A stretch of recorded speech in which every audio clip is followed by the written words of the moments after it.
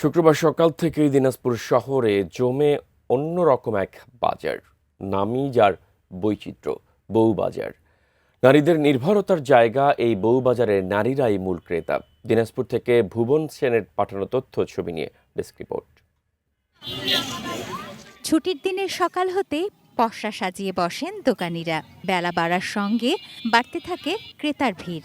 দেখে মনে হতে পারে সাধারণ হাটবাজার, তবে এ বাজারের আলাদা নাম ও সক্রিয়তা রয়েছে। দিনাজপুর শহরের মালদহ পট্টি, চুরিপট্টি ও বাসুনিয়া পট্টিতে বসে বিকিকিনির হাট। মূলত নারী ক্রেতার আধিক্য থাকায় লোকমুখে বাজারটির নাম হয়েছে বউবাজার। অন্যান্য মার্কেটের তুলনায় দাম কিছুটা কম হওয়ায় ক্রেতাদের ভিড় থাকে বেশ। পরিবেশের কারণে খুঁজে বেছে কেনাকাটায় স্বাচ্ছন্দ্য বোধ করেন নারীরা।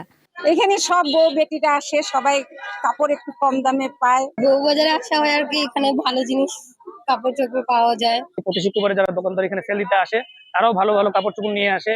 আমরা যে কাস্টমারগুলো রয়েছে এখানে, সেই কাস্টমারও আমরা পছন্দ মতো কাপড় কিনতে পারি নিজের মতো। অধিকাংশই অস্থায়ী দোকানি। শুক্রবারের ছুটির দিনে বাড়তি আয়ের সুযোগ পান। দোকান ভাড়া বা বিদ্যুৎ বিল না থাকায় ক্রেতার হাতে কম দামে পণ্য তুলে দিতে পারেন তারা।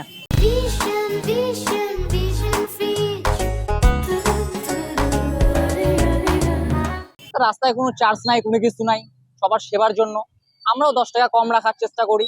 দোকানেরই মাল, দোকানেরই জিনিস আমরা নিচে নামাই বেচি, এই আর কি। আমরা সব দোকানের কর্মচারীরা দোকান দিচ্ছি এইখানে, নিম্ন দামে আমরা কাপড় নেই, আমরা কম দামে বিক্রি করি, রেট কম পায়।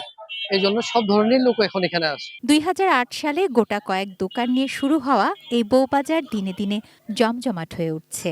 শুক্রবারের ছুটির দিনে এটি হয়ে ওঠে নারীদের আনন্দময় মিলন মেলায়।